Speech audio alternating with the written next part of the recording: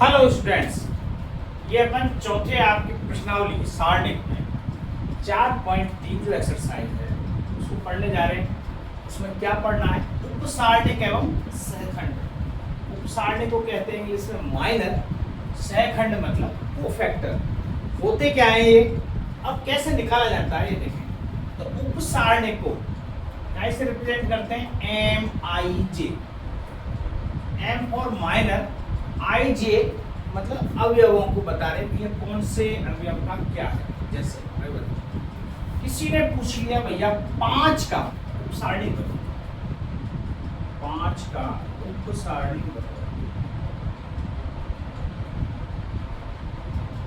तो 5 जो है कौन सा अवयव है? एम पहली पंक्ति का दूसरा अवयव 1 2, इसको ऐसे लिखें M12, इसका उपसारणी निकालना। M12 बराबर, इसका मतलब 5 का निकालना है, ये लाइन और ये लाइन कैंसिल, क्या बचेगा? माइनस का 6। यही उपसारण, बस इतना सा। मान लो किसी ने बोला भैया 9 का बताओ भाई उपसारण 9 का। तो 9 का उपसारण बताएंगे तो 9 कौन सा अवयव है? दूसरी पंक्ति का दूसरा अवयव M22, उसको ऐसे लिखा जाएगा। तो ये 9 का ये लाइन कैंसिल और ये लाइन कैंसिल, क्या बचेगा? अकेला 2 दिख रहा है। जैसा दिख रहा है, जैसे -6 दिख रहा था तो -6, 2 दिख रहा है तो 2, बस इतना सा। तो हम इस हिसाब से प्रत्येक अवयव का उपसारणिक निकाल सकते। अब यहीं पे कह दिया जाता है भैया सहखंड बताओ। इस 5 का ही क्या बताओ? सहखंड। 5 का सहखंड। सहखंड को लिखते हैं अपन AIJ ऐसे। सहखंड को जो लिखने का तरीका है, तो उपसारणिक को MIJ, सहखंड को रिप्रेजेंट करने का तरीका AIJ, ठीक है ये। और जो AIJ बराबर होता क्या है, मैं यहीं पे लिख देता हूं पहले, -1 की पावर I प्लस J। -1 की पावर करनी है अपन को, ये जो अवयव दे रखा है इसका, और इनटू MIJ, ये होता है सहखंड। ये आपको समझ नहीं आया होगा क्या लिखा है, अपन इसमें करते हैं। देखो कितने आसानी से 5 का सहखंड, तो 5 क्या है? पहली पंक्ति का दूसरा अवयव, तो A12 हो गया 5। A12 बराबर कैसे लिखेंगे अपन? -1 की पावर I प्लस J अर्थात प्लस इनटू MIJ मतलब M12। जब यहाँ 12 है तो यहाँ भी 12। अब देखो M12 क्या है मेरे पास? -6। तो यहाँ देखें -1 की पावर, -1 की पावर 3 करते हैं तो कितना आता है? -1। M12 कितना है? -6। गुणा किया तो क्या बन जाएगा? 6। बात समझ आ रही? जब 9 का सहखंड निकालते, 9 का सहखंड, ये कौन सा अवयव है भाई? 9, दूसरी पंक्ति का दूसरा अवयव A2। तो इसका फॉर्मूला बनेगा -1 की पावर 2 प्लस 2 IJ। इन दोनों को -1 के ऊपर -1 की पावर I प्लस 2 गुणा MIJ, मतलब मल्टीपल में MIJ मतलब M2। तो -1 की पावर 4 करेंगे तो ये तो 1 ही आ गया भाई, प्लस 1। और M2 क्या है? 2 M2 कर देते हैं बराबर फाइनल आंसर। बोलो बात समझ आ रही? इतना सा ही बस मामला। इन्हीं को तो कहते हैं भैया उपसारणिक, ये MIJ, और सहखंड AIJ, और इसमें ऐसा कुछ भी नहीं। ठीक है, अब इस पे एक बड़ा सवाल अपन करके देख लेते हैं। जैसे 2 वाला देखा है हमने, मान लो 3 वाला देखें तो 3 वाले में क्या आएगा, कैसे निकालेंगे, तो एक उदाहरण देख लेते हैं इसका, और फिर बाकी सवाल बहुत ज़्यादा कोई कठिन नहीं है, एक उदाहरण से ये सारे सवाल हल हो जाएंगे। तो इसका उदाहरण नंबर एग्जाम्पल, ज़्यादा इसमें उदाहरण भी नहीं है, तो उदाहरण नंबर 11 अपन ये देखें एक बार, ठीक है, ये उतारो एक बार।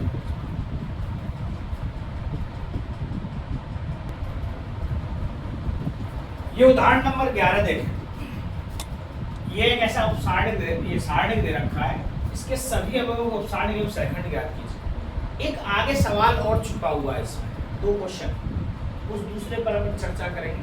पहले ये देखें, इसके सभी अवयवों के उपसारणिक एवं सहखंड ज्ञात कीजिए, मतलब उपसारणिक माइनर ज्ञात करना, हर अवयव का ज्ञात करना है, तो सीधा सा बात है, देखो 2 का उपसारणिक,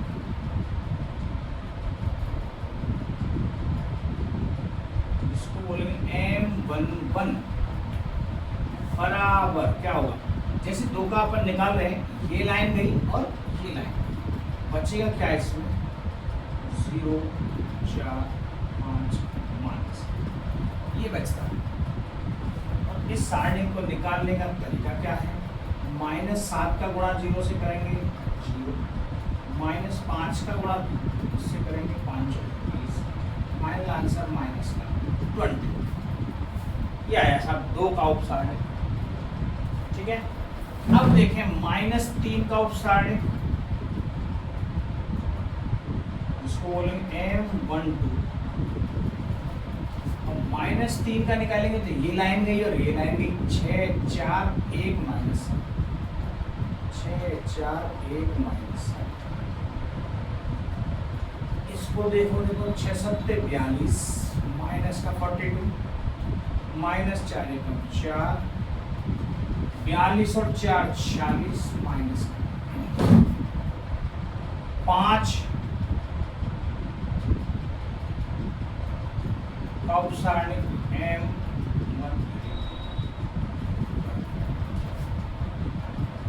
5 में ये लाइन गई ये लाइन गई, 6 0 1 5 6 0 1 5 बराबर 5 की 30 -0 अर्थात 30, 6 का उपसारणिक M21, दूसरी पंक्ति का पहला स्तंभ हो गया है, तो जरा देखें, ये लाइन गई और ये लाइन -3 5 5 और -7,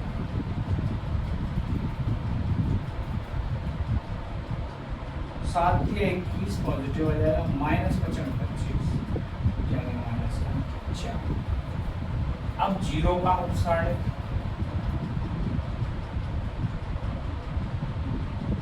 M2, 0 का उपसारणिक, तो 0 वाली ये लाइन गई और ये लाइन गई, 2 5 1 -7 2 5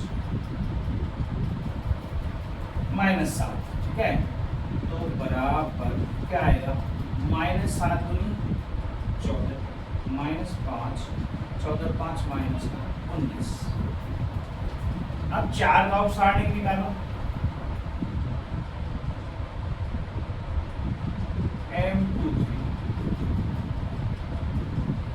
M23 4 का निकालेंगे, ये लाइन गई ये लाइन गई, 2 -3 1 5,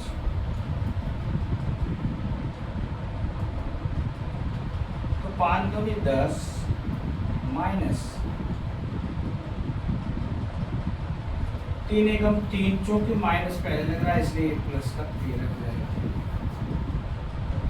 4 का भी निकाल लिया, अब बचे 1 5 7, तो यहाँ सबके निकल नहीं पाएंगे, इनके जरा यहाँ लिख देते हैं। 1 का उपसारणिक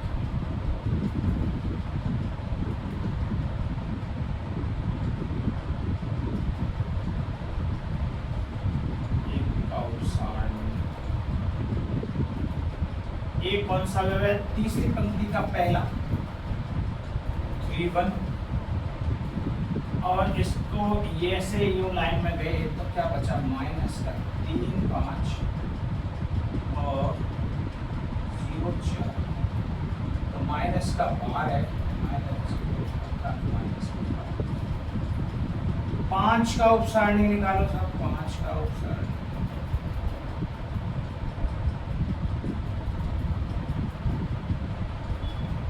M32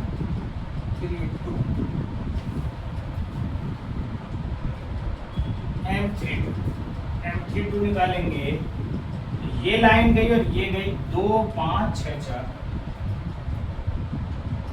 ये तो अपन पहले सीख चुके हैं कैसे अपन निकालते हैं। 3 4 दूनी 8 माइनस 6 पंजे 30 और माइनस का 22, फिर माइनस 5 का, जैसे अपन साढ़े का मान निकालते हैं माइनस 7 का, यूं गया और ये लाइन गई।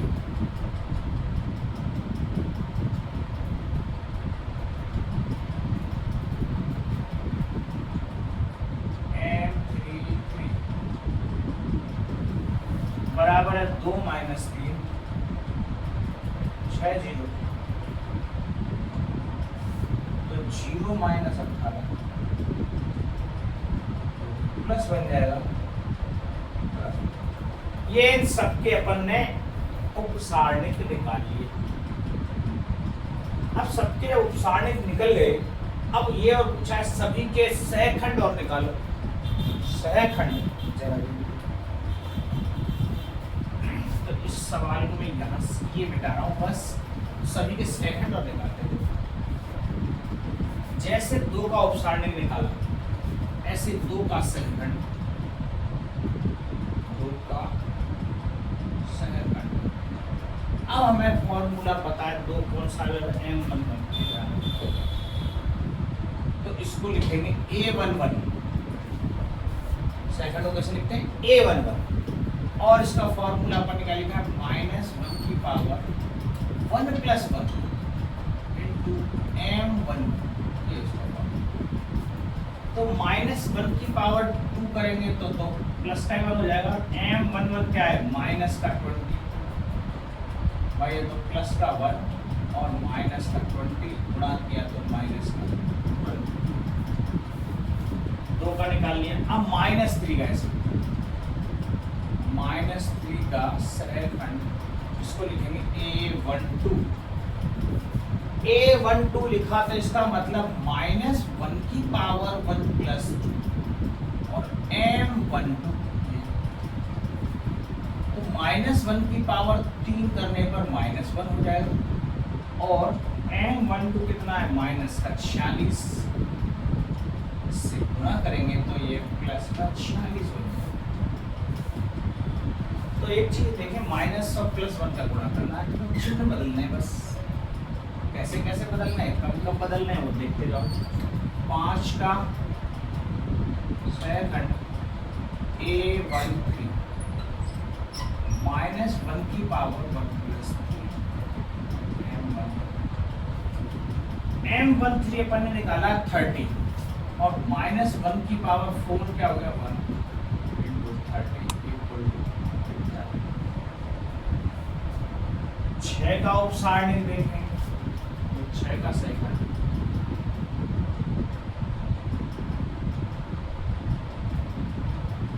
तो ये लिखा जाएगा A21, क्योंकि दूसरी पंक्ति का पहला अवयव -1 की पावर 2 + 1 इंटू M21। M21 ये रहा माइनस का 4 और ये माइनस की पावर 3, तो माइनस का 4 आ। 0 का देखो सबसे सहखंड 0,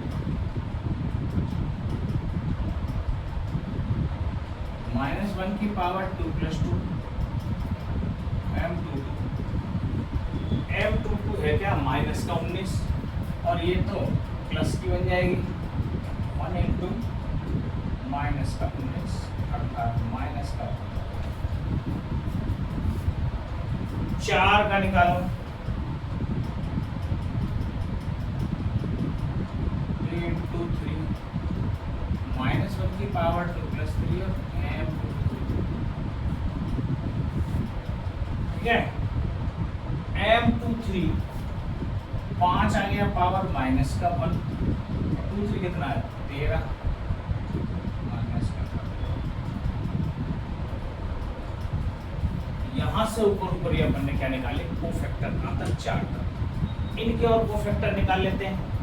एक का उपसारणिक तो यहीं पे निकाल देता हूँ मैं डायरेक्ट। अब आपके समझ आ जाओ, A31 है, A31 डायरेक्ट लिख रहा हूँ। A31 का मतलब -1 की पावर 3 + 1 इंटू M31। तो बताओ क्या आएगा, -1 की पावर 4 करेंगे तो पॉजिटिव, तो ये -12 की -12 है। अब A32 निकालें तो -1 की पावर 3 + 2 इंटू M32 कितना है, माइनस का 22, ये 5 -1 इंटू -22 बराबर +22। A33 निकालें लास्ट, -1 की पावर 3 + 3 और M33, ये तो प्लस हो गया, M33 के 18, इसका मतलब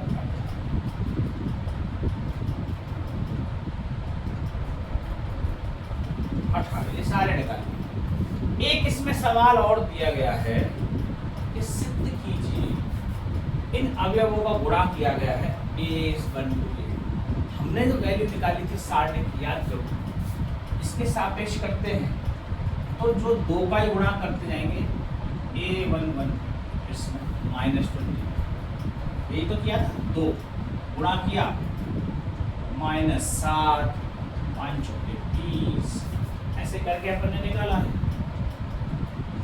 0 20 माइनस का 20 है, ठीक है। ये इसी हिसाब से ही सवाल होते हैं।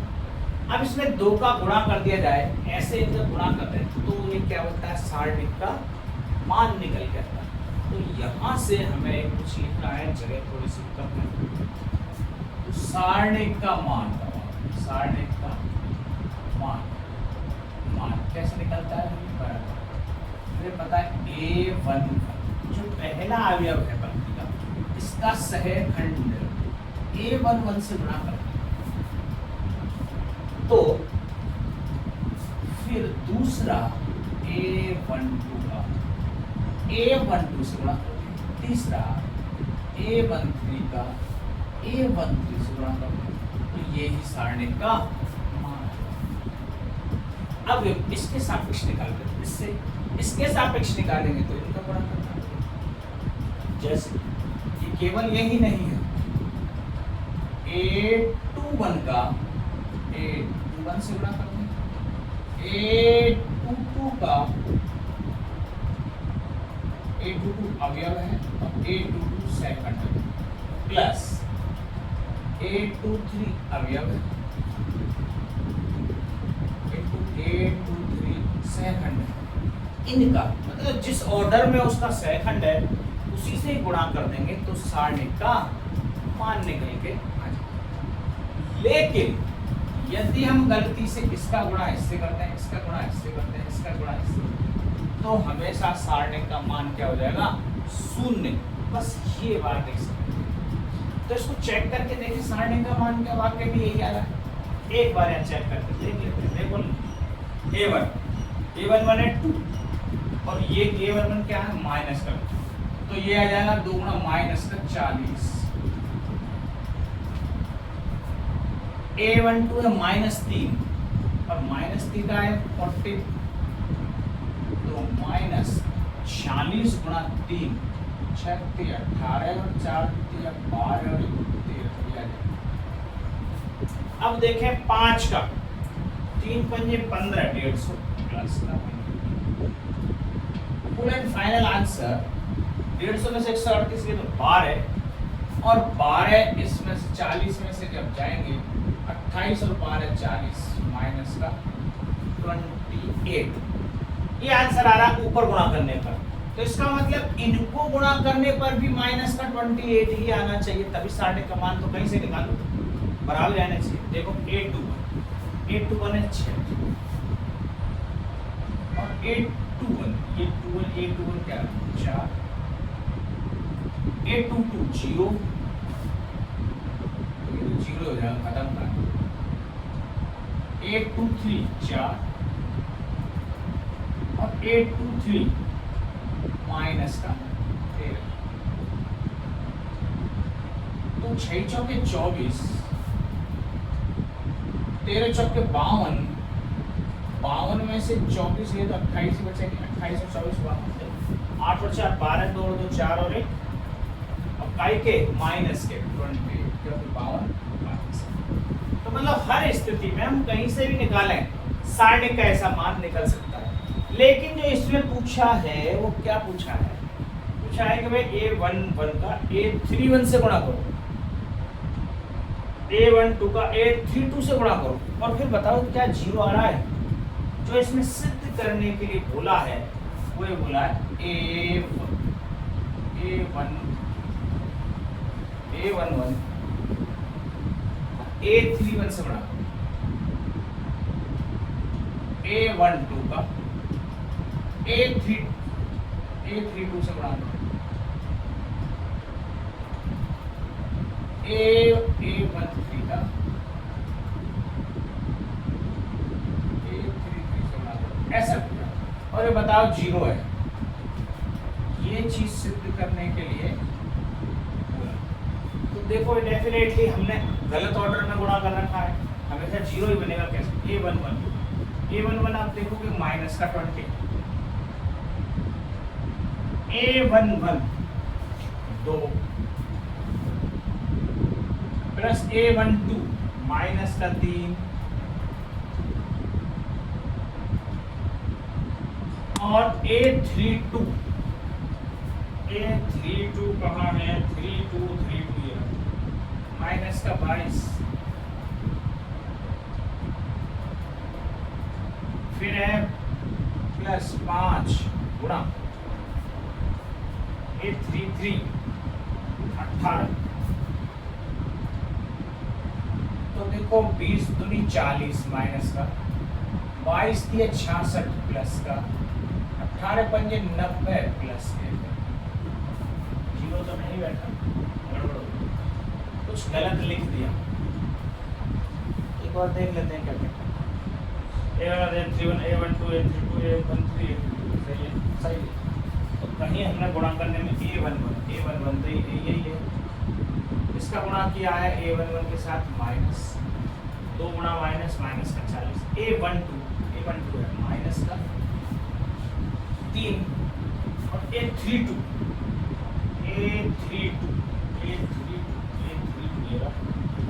माइनस का 22, माइनस का 3 का गुणा कर देंगे माइनस के 22 से, तो 22 दिया 66।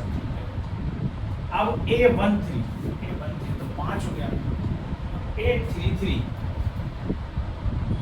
ये तो M33 था, गड़बड़ हो गया। A32 है 22, मैंने M लिख दिया मिस्टेक, और A33 है 18,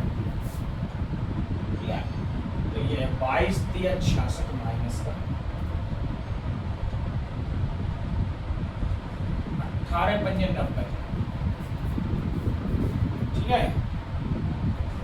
66 और 40 90 ये तो नहीं बैठेगी, 40 22 दिया 66। कुछ मिस्टेक हुई है क्या हमको लिखने में, कहीं ना कहीं कुछ गलत लिख दिया, कोई बात देखें। A11 2 ही ऐसे ही लिखा है, A31 लिखा था मैंने 20 से गुणा कर दिया। A31 लेना है भाई माइनस 12, गड़बड़,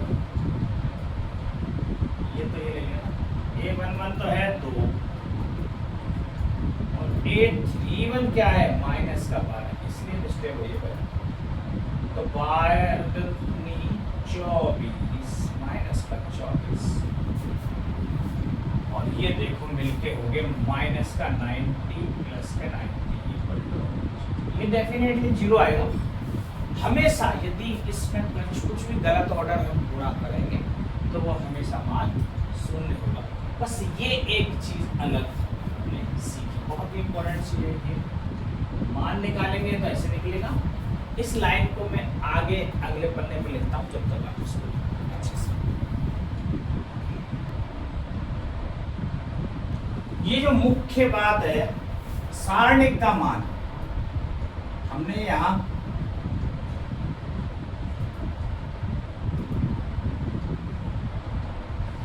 सहखंड द्वारा हम सारणिक का कैसे मान निकाल पा रहे हैं, ये देखो। तो सारणिक का मान अगर पता चल गया तो A11 तो साथ में A11 प्लस A12 का साथ में A12 का गुणा करेंगे प्लस A13 का साथ में A13 का ही गुणा करेंगे तो ये सारणिक का मान प्राप्त होगा। इसी के ही बराबर होगा यदि मैं A21 का A21 से गुणा प्लस A22 का A22 से गुणा करूँ, A23 का A23 से गुणा करूँ, तब भी ये वैल्यू बराबर ही आएगी। चाहे A31 का A31 के साथ गुणा करें, A32 का A32 से गुणा करें प्लस A33 का A33 के साथ गुणा करें, तो भी ये वैल्यू हमेशा बराबर ही आएगी। लेकिन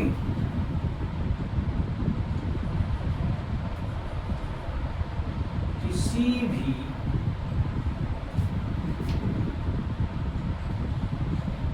अन्य पंक्ति या स्तंभ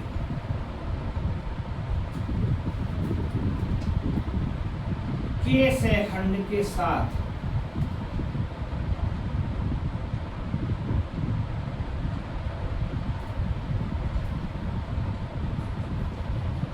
किसी अन्य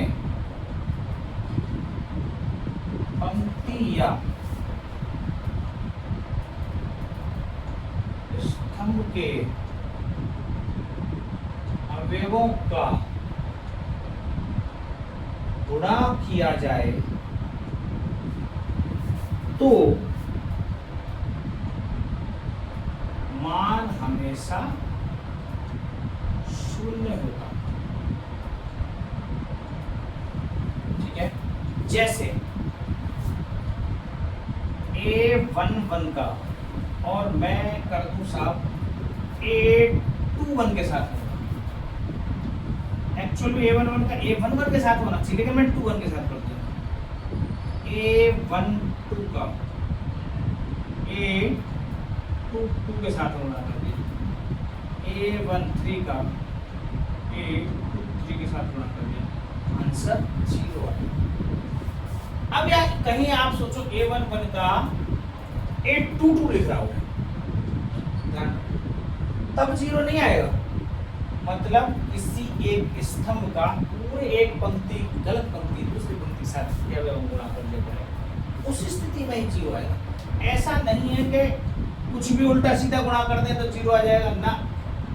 जैसे A31 है अवयव और यहाँ पे ले लिया मैंने A11 प्लस अवयव तो है A32 और यहाँ पे एडजेंट ले लिया मैंने सहखंड A12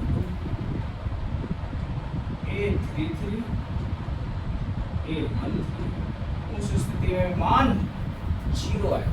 तो ये बात समझ आए, बहुत ही इंपॉर्टेंट बात है। अब अपन एक्सरसाइज में कुछ सवाल करेंगे नेक्स्ट क्लास में। बहुत ज़्यादा कुछ भी नहीं है, इन्हीं पे आधारित एक ही क्लास में आप लोग खत्म हो जाएगी सारी एक्सरसाइज। आज के लिए इतना ही काफ़ी है। धन्यवाद।